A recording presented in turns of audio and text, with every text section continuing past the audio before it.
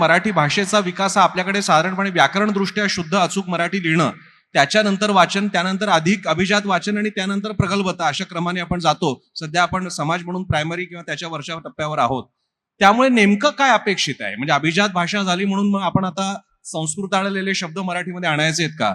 उदाहरणार्थ डेटाला विदा आणि कृत्रिम म्हणजे आर्टिफिशियल इंटेलिजन्सला कृत्रिम प्रज्ञा. वस्तुतः इंटेलिजन्स म्हणजे प्रज्ञा नव्हे. प्रज्ञा हा आणखी पुढचा विषय आहे. ती बुद्धिमत्ता आहे, ती कृत्रिम बुद्धिमत्ता आहे. बरं, ती सुद्धा धड बुद्धिमत्ता नाही, तो अल्गोरिदम आहे आणि तो डिसिव्ह करता येतो. तो काही फार इतकाही ग्रेट नाही की ज्याचं एवढं कौतुक केलं जात आहे. अशा वेळी मग आपण प्रज्ञाबद्दल बोलतो. बरं, आयुष्यात एक प्रज्ञा यावी, ती सुद्धा कृत्रिम यावी, हे आणखी वाईट. अशा परिस्थितीमध्ये जर का आपण म्हणजे अभिजात भाषेच्या अनुषंगाने बोलत असू, तर जसं पराग करंदीकर सर म्हणाले, अभिजातता हा त्या भाषेचा पूर्वेतिहास आणि भूतकाळ या अनुषंगाने असलेली एक अधिमान्यता आहे की ही भाषा सर्वाधिक प्राचीनपैकी एक आहे. तिची स्वतःची लिपी आहे आणि असे असे त्याचे दाखले आहेत. एक तर आपल्या नाणेघाटाच्या इथे पण आहे. संपला विषय.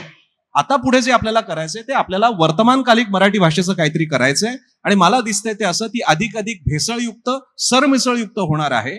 आणि आणखी खरं सांगायचं झालं तर ते या भाषेच्या अधिक प्रसारासाठी, परिचलनासाठी आवश्यक आहे. त्यामुळे अभिजात भाषा हा केवळ एक आपल्या आयुष्याच्या टप्प्यामध्ये भाषेच्या हा पण एक टिकमार्क झाला. आता पुढे जाऊया, एवढंच मला म्हणायचं.